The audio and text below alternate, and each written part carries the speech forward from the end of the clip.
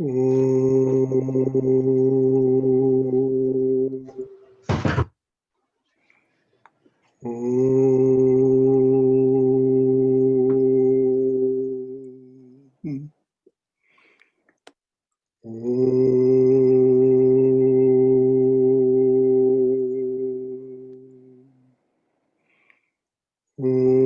Sahana Vavatu Sahano Bhunaktu Saha Viryam Karavavahai Tejasvina Vaditamastu Mavid Vishavahai. Om Shanti Shanti Shanti. May the Divine Being look over us lovingly as a mother and father. May the Divine Being support and nourish us as a mother and father. May we have the strength and skill to study together the art of spirituality. May no misunderstandings arise amongst us. Om, peace, peace. Peace be unto us and to all beings everywhere. So, as I'm sure you all know, we're studying Swami Vivekananda's Jnana Yoga. We finished chapter 1 last week, so we're starting chapter 2, which is titled The Real Nature of Man. This was delivered in London in 1895. Great is the tenacity with which man clings to the senses. Yet however substantial he may think the external world in which he lives and moves, there comes a time in the lives of individuals and of races when involuntarily they ask, is this real? To the person who never finds a moment to question the credentials of his senses, whose every moment is occupied with some sort of sense enjoyment, even to him death comes, and he also is compelled to ask, is this real? Religion begins with this question and ends with its answer. Even in the remote past, when recorded history cannot help us, in the mysterious light of mythology, back in the dim twilight of civilization, we find the same question was asked. What becomes of this? What is real? One of the most poetical of the Upanishads, the Katha Upanishad, begins with the inquiry, when a man dies, there is a dispute. One party declares that he has gone forever. The other insists he is still living, which is true. Just a side note, the Katha Upanishad was Swami Vivekananda's favorite Upanishad. If you read it, many of you probably have read it, so I'll say as you've read it, you may imagine, oh yes, Swamiji identifies with Nachiketa. Nachiketa is the protagonist of the Katha Upanishad, and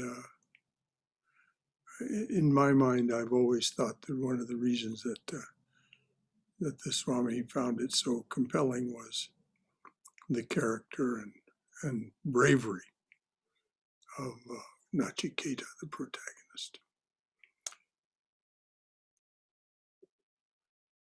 So one party declares that at death, the person is gone forever. The other insists that he's still living, which is true. Various answers have been given. The whole sphere of metaphysics, philosophy, and religion is really filled with various answers to this question. And as we all know, there are shelves and shelves and shelves of books. Shelves. And as time goes on and science evolves and so on, there's comparisons of the finding of science and metaphysics, Now we find in Scientific American, recently there was an article published, Does Consciousness Pervade the Universe? In Scientific American. Amazing. The whole sphere of metaphysics, philosophy, and religion is really filled with various answers to this question. At the same time, attempts have been made to suppress it, to put a stop to the unrest of the mind, which asks what is beyond, what is real. But so long as death remains, all these attempts at suppression will always prove to be unsuccessful. We may talk about seeing nothing beyond and keeping all our hopes and aspirations confined to the present moment, and struggle hard not to think of anything beyond the world of senses. And perhaps everything outside helps to keep us limited within its narrow bounds. This is, as we'll find as we go on, this is his first intimation of the role of Maya. When he says, everything outside helps to keep us limited within its narrow bounds, the world of the senses. The whole world may combine to prevent us from broadening out beyond the present. Yet, so long as there is death, the question must come again and again. Is death the end of all these things to which we are clinging, as if they were the most real of all realities, the most substantial of all substances? The world vanishes in a moment and is gone, standing on the brink of a precipice beyond which is the infinite yawning chasm. Every mind, however hardened, is bound to recoil and ask, is this real? The hopes of a lifetime, built up little by little with all the energies of a great mind, vanish in a second. I'm going to repeat that because this is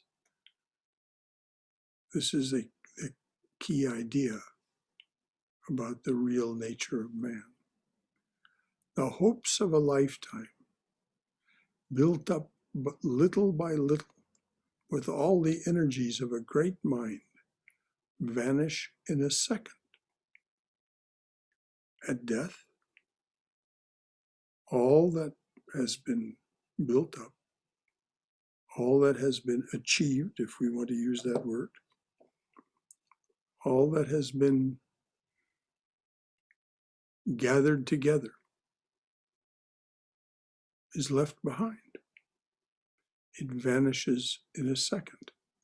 So are those things that have been gathered together, those things that the great mind built up and is attached to, are they real?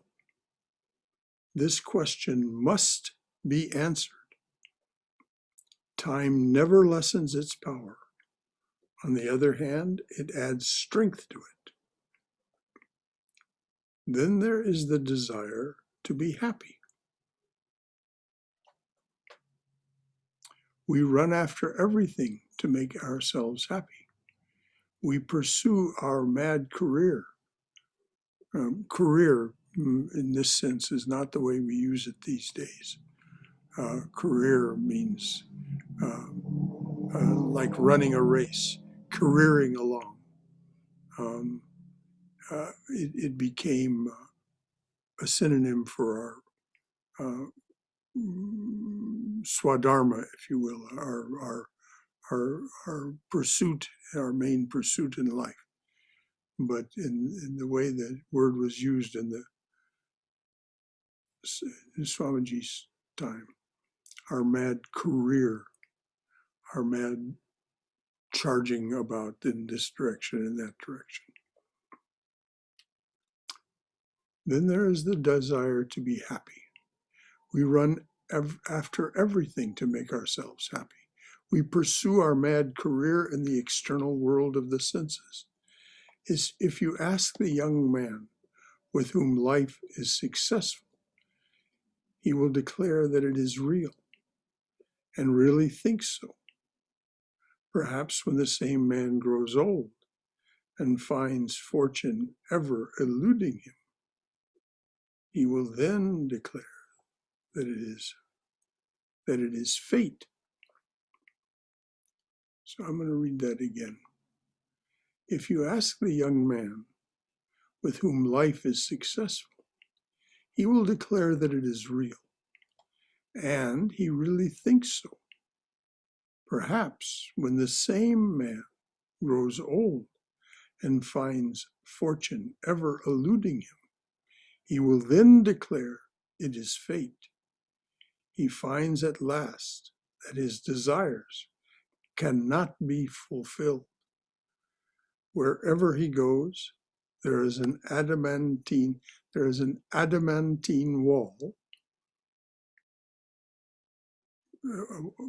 a wall that cannot be breached. That's what adamantine means in this sense.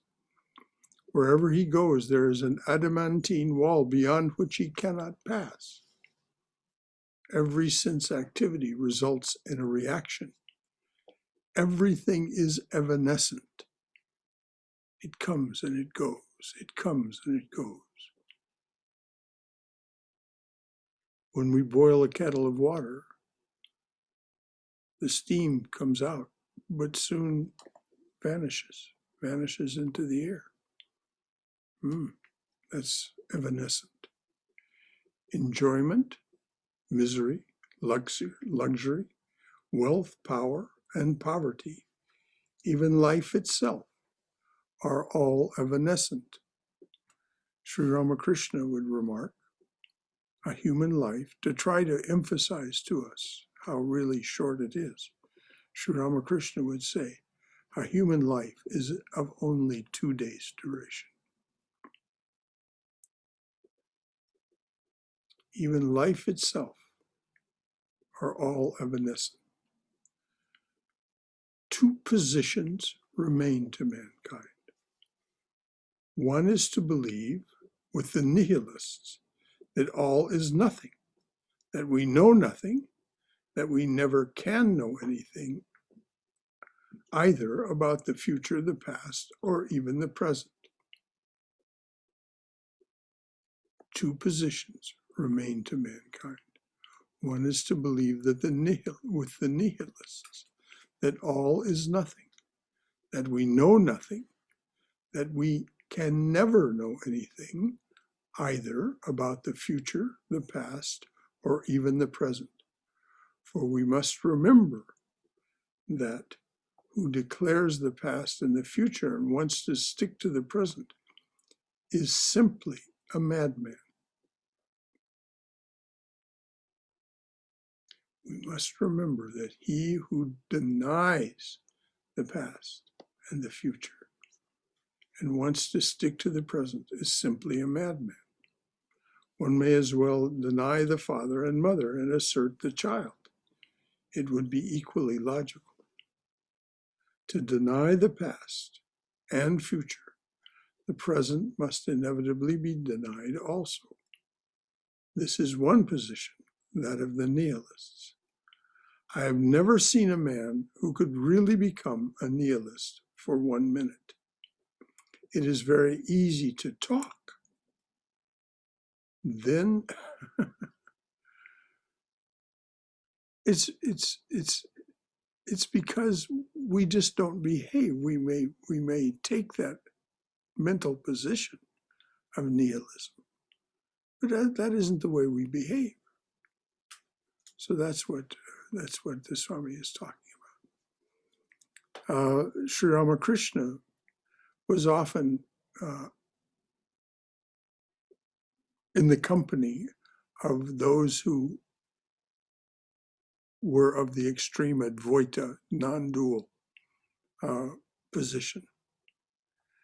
And they would say to him, oh, none of this is real. And from time to time, he would give one of them a real pinch on the butt, a real sharp pinch. And of course, they'd say, "Ouch!" And he would say, "I thought you just told me this is not real."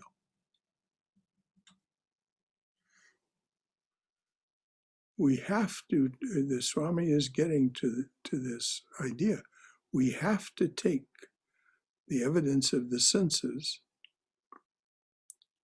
as a reality.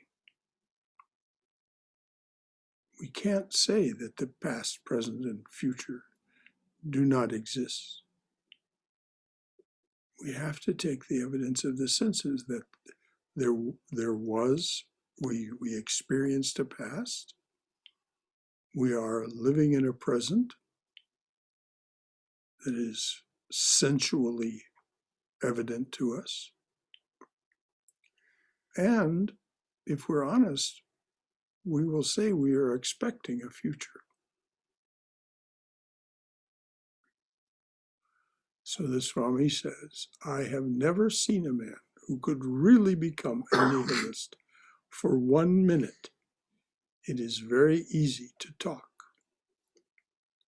Then there is the other position, to seek for an explanation, to seek for the real, to discover in the midst of this eternally changing and evanescent world whatever is real. Then there is the other position, to seek for an explanation, to seek for the real, to discover in the midst of this eternally changing and evanescent world whatever is real. In this body, which is an aggregate of the molecules of matter, is there anything which is real?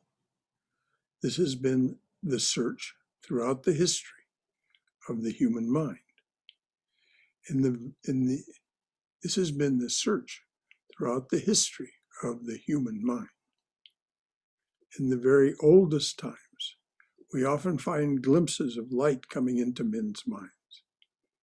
We find man even then going a step beyond this body, finding something which is not this external body, although very much like it, much more complete, much more perfect, and which remains even when this body is dissolved. We read in the hymns of the Rig Veda, addressed to the god of fire who is burning a dead body. Carry him, O fire, in your arms, gently.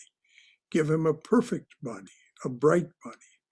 Carry him where the fathers live, where there is no more sorrow, where there is no more death.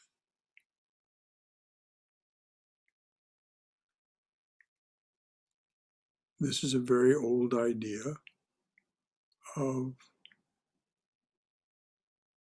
a kind of heaven, where the fathers live, where those who have gone on before live, and where there is no sorrow, where there is no more death.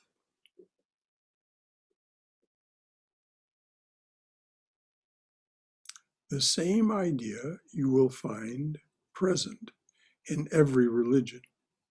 And we get another idea with it. It is a significant fact that all religions, without one exception, hold that man is a degeneration of what he was, whether they clothe this in mythological words.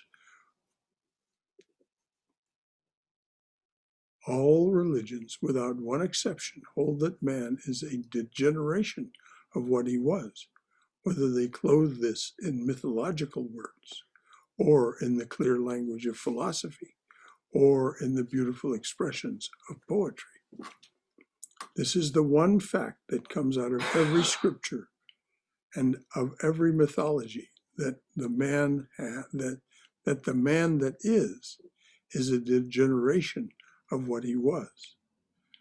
This is the kernel of truth within the story of Adam's fall in the Jewish scripture. This is again and again repeated in the scriptures of the Hindus, the dream of a period which they call the age of truth, when no man died unless he wished to die, when he could keep his body as long as he liked, and his mind was pure and strong. There was no evil and no misery, and the present age is a corruption of that state of perfection. So what the Swami is talking about is the Kali Yuga, the present age, the Iron Age. There was once, to use the metal metaphor, there was once a golden age. And all of Dharma was present. Then that age ended, and the Silver Age began. That was the age of Rama. Rama was the avatar that came at the end of that age to restore righteousness as much as possible, to defeat evil that had come into that age. But 1/4 of Dharma had already been taken away. Then came the age of Krishna, the Bronze Age. Krishna was the avatar that came at the end of the Bronze Age to restore righteousness as much as possible and give us such scriptures as the Bhagavad Gita in order to give us some instruction for the age in which we live, which is the Iron Age. In this age, the only element of Dharma that remains, 3/4 of Dharma has been taken away, and the 1/4 that remains is only truth. As Sri Ramakrishna said, truth is the austerity of this age.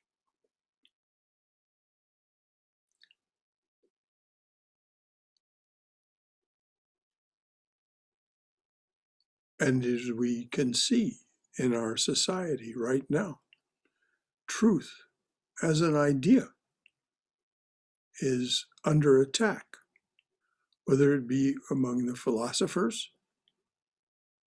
who are deconstructionists and say there is no such thing as truth, it's just an invention of the mind, or in the political sphere where we see that deception and misdirection are the order of the day. So truth itself is under attack.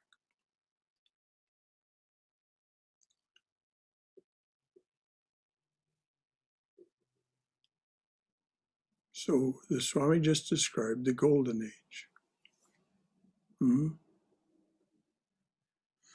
The age of truth, when no man died unless he wished to die, when he could keep his body as long as he liked, and his mind was pure and strong.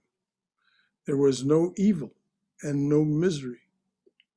And the present age is a corruption of that state of perfection. Side by side with this, we find the story of the deluge everywhere. That story itself is a proof that this present age is held to be a corruption of a former age by every religion. It went on becoming more and more corrupt until the deluge swept away a large portion of mankind. And again the ascending series began. It is going up slowly again to reach once more that early state of purity. You are all aware of the story of the deluge in the Old Testament. The same story was current among the ancient Babylonians, the Egyptians, the Chinese, and the Hindus. And for those of us who've made a study of Mexican and South American spirituality, it's also present there. Manu, a great ancient sage, was praying on the bank of the Ganges when a minnow came to him for perfection, and he put it into a pot of water he had before him. "What do you want?" asked Manu. Notice that in those times, human beings could readily communicate with all creatures. This later came to be something only given to saints. Saint Francis of Assisi, of course, was famous for it. But if you read the book Love Poems from God, you'll find that it was common among the saints from many traditions.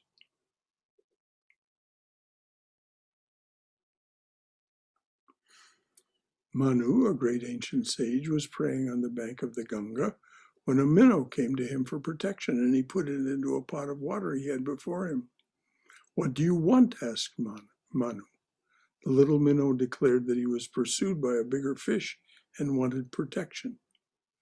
Manu carried the little fish to his home, and in the morning he had become as big as the pot and said, "I cannot live in this pot any longer."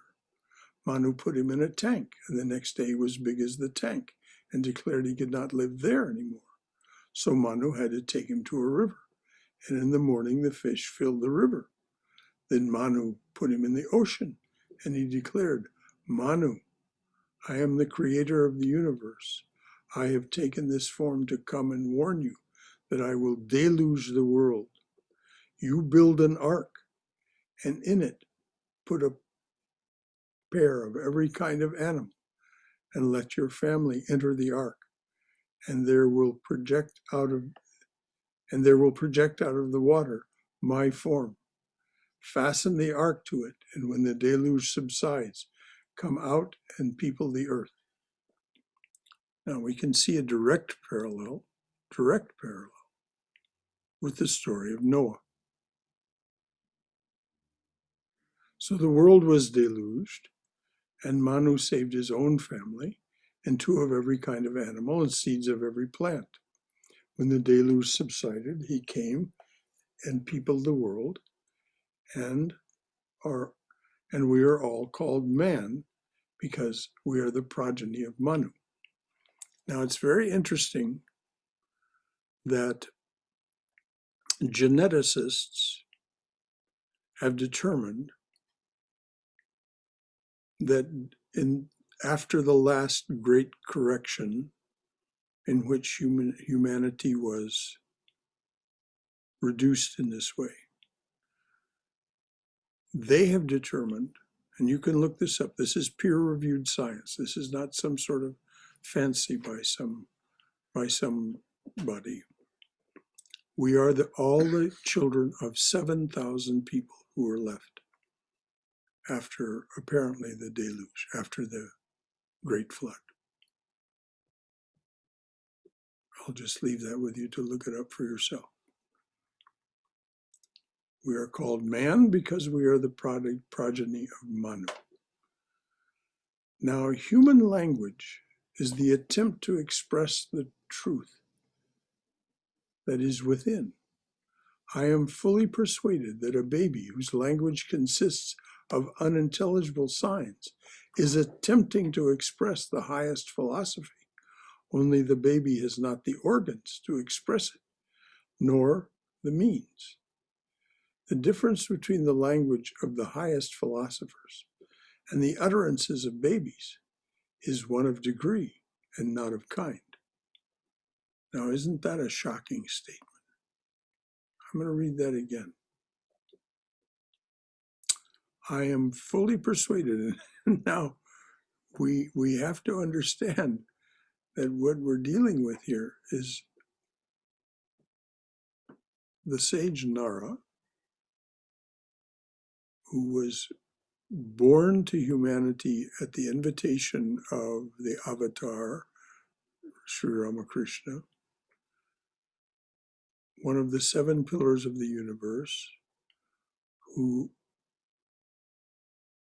first was given and then on his own had the realization of Nirvikalpa Samadhi. So when Swami Vivekananda speaks, we have reason to believe what he says. I'm not saying you should believe it or must believe it. That would be nonsense. But it certainly makes sense for us to take it very seriously.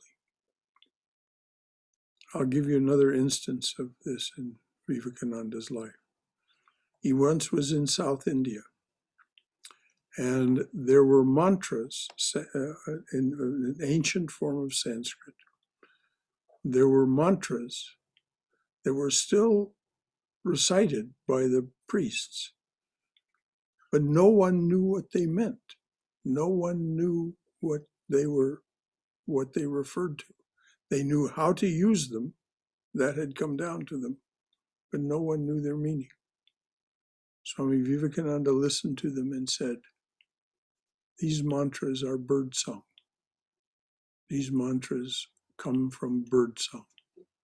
These are the utterances of birds to human beings about truth. So that's what Vivekananda told those Brahmin priests. Now, human language is the attempt to express the truth that is within. I am fully persuaded that a baby whose language consists of unintelligible signs is attempting to express the highest philosophy. Only the baby has not the organs to express it, nor the means. The difference between the language of the highest philosophers and the utterances of babies is one of degree and not of kind. What you call the most correct, systematic, mathematical language of the present time, and the hazy, mystical, mythological languages of the ancients differ only in degree. All of them have a grand idea behind, which is as it were, struggling to express itself. And often behind these ancient mythologies are nuggets of truth. And others, I am sorry to say, behind the fine polished phrases of the moderns is errant trash. So we need not throw a thing overboard because it is clothed in mythology, because it does not fit in with the notions of Mr. and Mrs. So-and-so, or Mr. So-and-so, or Mrs. So-and-so of modern times. If people should laugh at religion because most religions declare that men must believe in mythologies taught by such and such a prophet, they ought to laugh more at these moderns.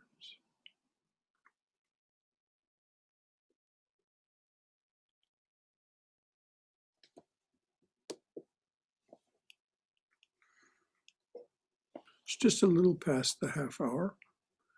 That's probably a good time to pause. If anything has arisen as a question or a comment, now would be a good time to ask it or make the comment. Anything to say or ask? You know, this is how we do this together. In the age of truth, when no man died unless he wished to die, did his body remain strong? Yes. So why would he wish to die? I can only guess at what Swamiji's answer would be, and that is because he had finished with all of his concerns, that he had realized the truth, and it's still permissible within the tradition of Sanatana Dharma. Once you have realized your true divine nature, to cast off your body. It's often done in the Ganges, drowning yourself in the Ganges. It's called a Ganga Pravesh. A Swami of the Ramakrishna order did that recently, Swami Damodarananda.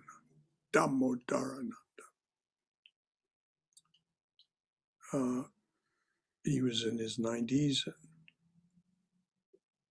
Anyway,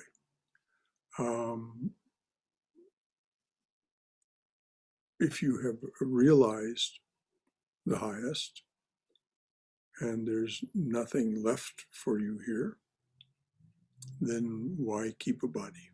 Because the body is our vehicle for realizing the truth. Right. It's really something to ponder that in the night of Brahma, there is no such thing as truth.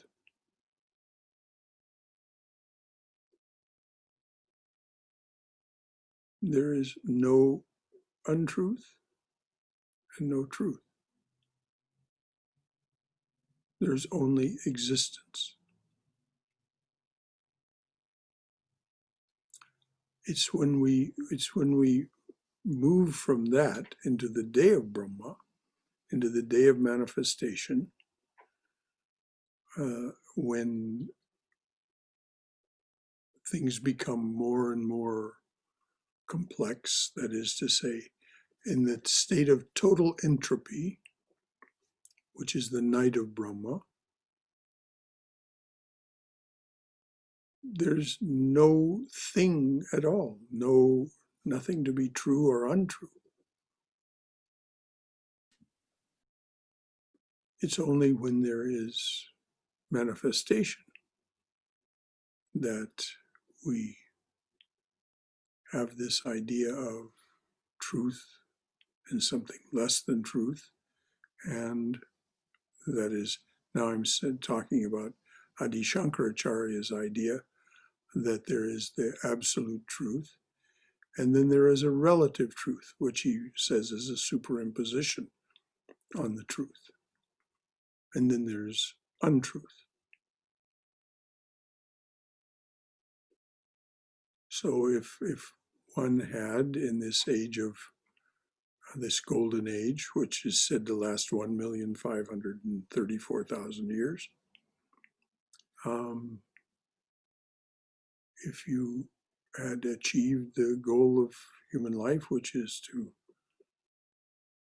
know the truth of yourself, know your true original being, your true original nature, then there would be no reason to keep a body. Any follow-up question to that, Brahmadas? That was a very good question. No, that makes sense. I had forgotten about that. Okay. Anything else from anyone? Well, I had a question about the Kali Yuga. Yes. And this wave theory of change that Swamiji puts forward, and this idea that the golden age too was a wave, and that, you know, going back to the question of why would the golden age man want to relinquish the form if there was no impetus for it to die. It's the sense, and I always struggle with this, it's the sense that on the one hand, man makes his destiny, so to speak. That's what Swamiji says emphatically, yes. And yet at the same time, as we've been discussing, Sri Ramakrishna said, you know, mother is my controller, I am but her machine. Yes. And so how do we I guess it's not a matter of reconciliation so much as both are true, I suppose. That yes, on the one hand sorry, go ahead. I'm sorry. No, I just wanted to point out that's why I referred to Adi Shankaracharya's formulation of there being the absolute truth and the relative truth. As long as we believe ourselves to be the doer, then we experience the world as we create our own destiny. When we know, it is not a matter of supposition or intellectualization. When we know we are not the doer, then we live in that realm of absolute truth, in which Sri Ramakrishna said to Mother, "This is thy machine, thou art the operator. I speak as you would have me speak. I move as you would have me move." Mm. So there is this, that's why what was said about the person who lived in the Satyug, when they had exhausted all of their experience of the relative truth and had come to the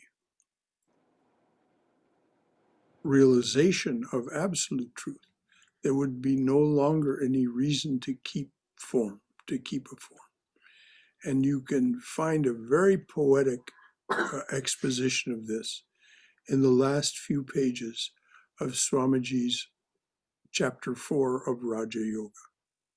Mm. He talks about the relative and the absolute, and the relative being the realm of Mother, and how she guides us through the realm of the relative until we have fully satisfied ourselves, and then we are released. Kaivalya, in the words of Patanjali, in the word of Patanjali, we become independent of all name and form, and that which creates name and form, the gunas, we dissolve back into Prakriti, beyond the gunas. This is what Vivekananda says. So then can this- I just, oh, so- excuse me. No, go right ahead. I just had a follow-up question about the Iron Age and what follows. Yes, And, Sri Ramakrishna's birth comes at the very end, Holy Mother says, of the Kali Yuga. yes. And what does that mean for us? It means two things. One, it is what is said by those who are said to know, Sri Ramakrishna, Holy Mother, Vivekananda, Raja Maharaj, that Sri Ramakrishna is the avatar of the golden age. He ushers in a new golden age, a new age of truth. And the transition period, starting from the time that Sri Ramakrishna appeared, 1836, and when Swami Vivekananda said this, which was 1900 or 1901, he said, "I have given them enough for 1500 years." So one age doesn't die immediately, it dies away, and the other one rises. So Holy Mother was asked about this. Sri Ramakrishna had come and gone, and everyone knows about the horrors of World War I. Mother was asked about this. Sri Ramakrishna came, and still we have such things as the horrors of World War I. And she said, "My child, understand that when a seed is planted, the husk must become rotten." That was the word she used. The husk must become rotten before the new shoot can emerge. And so we're seeing this rottenness. We're seeing this rottenness. It's said that Sri Ramakrishna ushers in the new golden age. And if you look to his life, you'll see he embodied all of Dharma. This is why Gandhi remarked of him, if you want to understand the Vedas, study the life of Sri Ramakrishna. He lived them. Yes. So now, here's an idea of my own, based on what's in Breaker of This World's Chain. How great was thy sacrifice, freely choosing thy birth in this prison, our iron age, to unchain us and set us free. Because though there are these wonders of the golden age,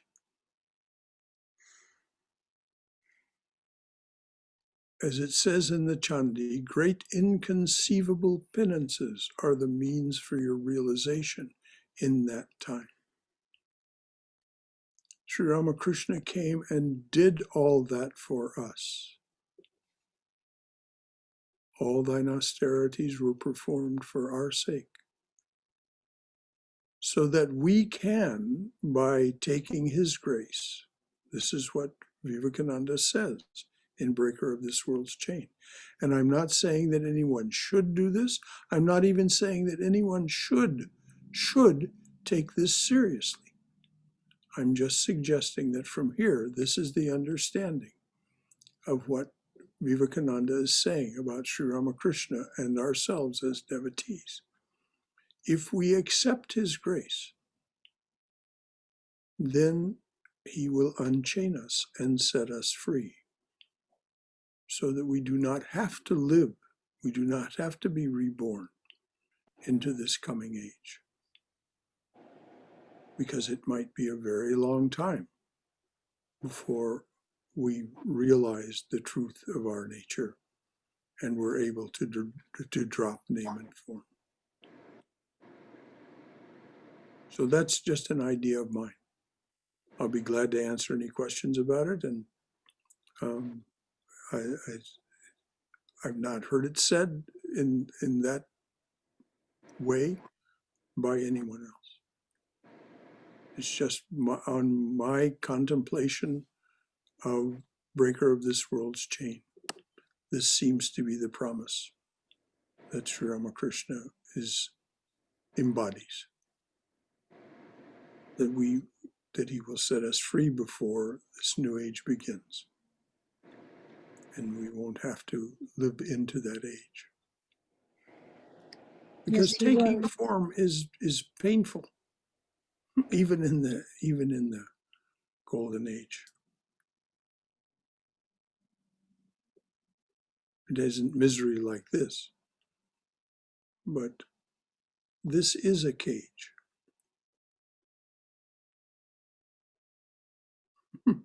It's like that poem by Tukaram. He was meditating with his cat, and suddenly his cat said, "What happened?"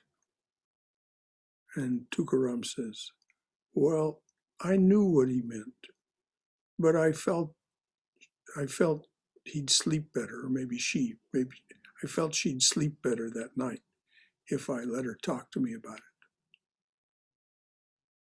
And so she said, "Well, there I was, whizzing around among the planets and the galaxies, and suddenly here I am landlocked in fur."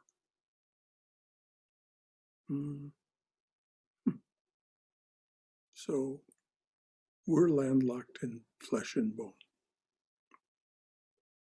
And the concluding line of that poem by Tukaram is, "What can you say about conversations between mystics?" Such a sweet poem. Anything else? Brother Shankara? Yes, I am. A few moments ago, if I understood correctly, we were talking about is the Divine Mother that takes us through all these experiences and then also aids in the liberation. we are the instruments and she's the she's the machine, or am I reversing that? I don't know. We are the machine, she's the operator. Is the operator. So by our practices, are we hoping to accelerate that process? Are we hoping to accelerate that process? We're hoping to come to the understanding that allows Mother to accelerate that process. As long as we are clinging, Mother will not force us.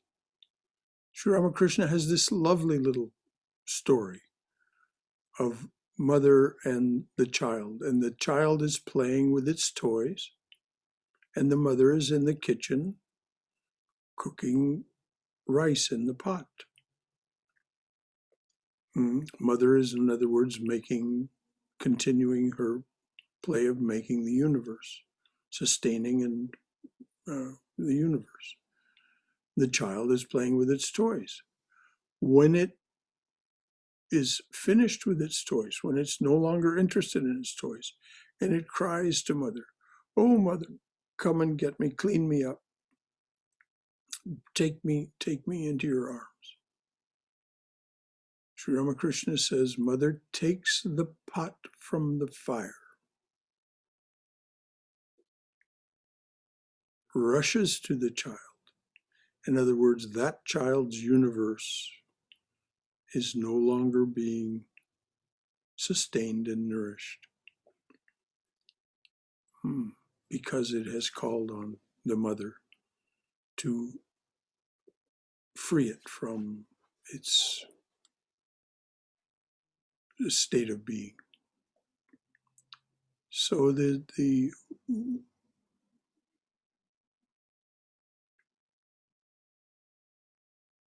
process, as you said, Swayam, we can think of it as a process, or we can think of it as something instantaneous. That is to say, once we really have the conviction, I am not the doer, Mother is the doer. And so what? In that case, we cry out to Mother, Mother, you as the doer, please free me from all illusion and free me from all misery.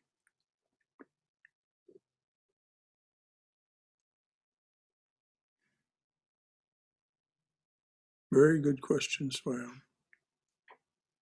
Anything else from anyone? This is so productive. I hope that the rest of you feel that this is productive, because these are the questions that really arise in us. What is this we're doing? Why are we studying this tonight? What is it we're trying to achieve?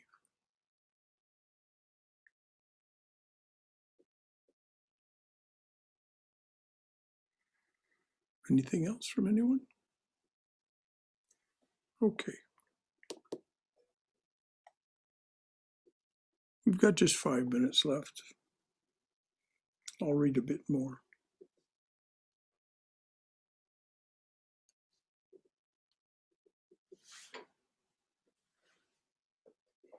So we need not throw a thing overboard because it is clothed in mythology, because it does not fit in with the notions of Mr. So-and-so or Mrs. So-and-so of modern times. If people should laugh at religion, because most religions declare that men must believe in mythologies taught by such and such a prophet, they ought to laugh more at these moderns. In modern times, if a man quotes a Moses or Buddha or a Christ, he is laughed at. But let him give the name of a Huxley, a Tyndall, or a Darwin, and it is swallowed without salt. It is swallowed without salt. Huxley has said it. That is enough for many. Now, Swami Swamiji was not casting aspersions on any of these people, Huxley, Tyndall, or Darwin. He's just saying,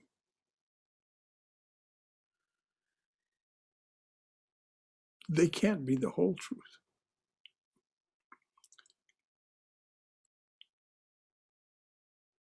If a man quotes a Moses or a Buddha or a Christ, he is laughed at. But let him give the name of a Huxley, a Tyndall, or a Darwin, and it is swallowed without salt.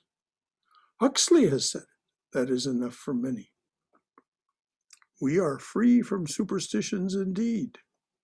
That was a religious superstition, and this a scientific superstition. Only in and through that superstition came life-giving ideas of spirituality, and in and through this modern superstition come lust and greed. That superstition was worship of God, and this superstition is worship of filthy lucre or fame or power. That is the difference.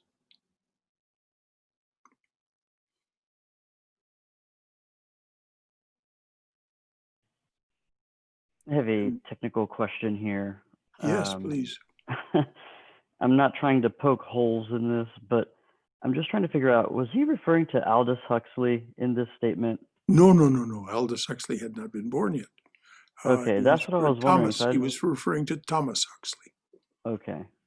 Who was the grandfather or great-grandfather? I don't remember which of. Gotcha.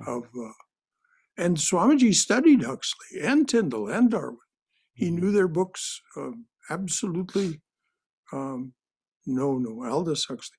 Aldous Huxley was a disciple of Swami Prabhavananda. Mm-hmm. So no, it was not Aldous Huxley.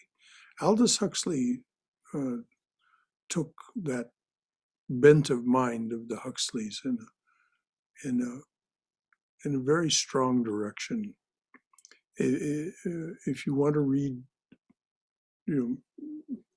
a book that is kind of obscure, but one of Huxley's best books, read Island, I-S-L-A-N-D, Island.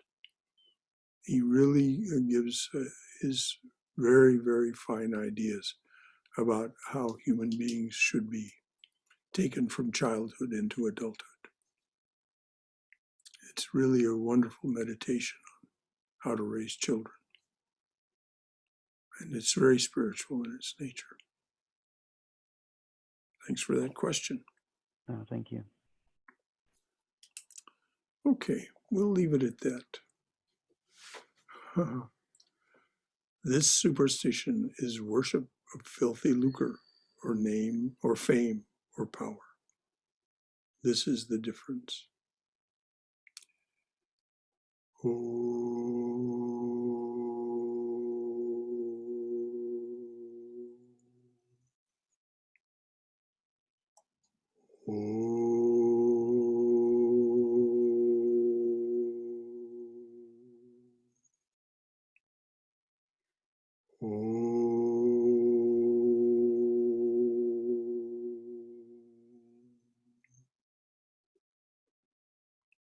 dearly beloved, a flower at your feet for each one who comes to your open door. A flower at your feet for each one who stands by your open door and says, come to me, offering to break this world's chain that binds us down to ignorance, suffering, and death. A flower at your feet for each one who takes the path that you have struck through this, your jungle world. Om, Amen. Shanti, Shanti, Shanti. Peace, peace, peace be in the hearts and minds of all beings everywhere. So,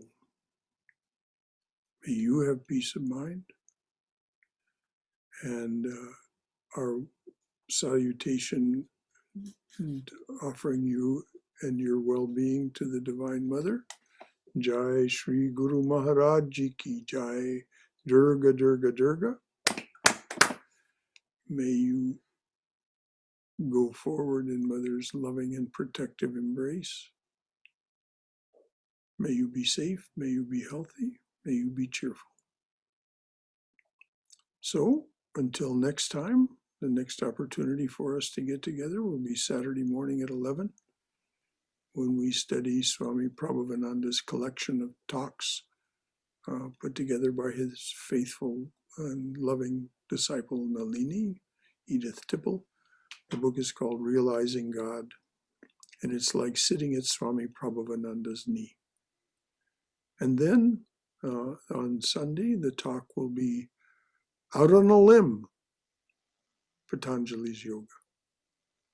Last Sunday, we talked about the first two limbs of Patanjali's Yoga.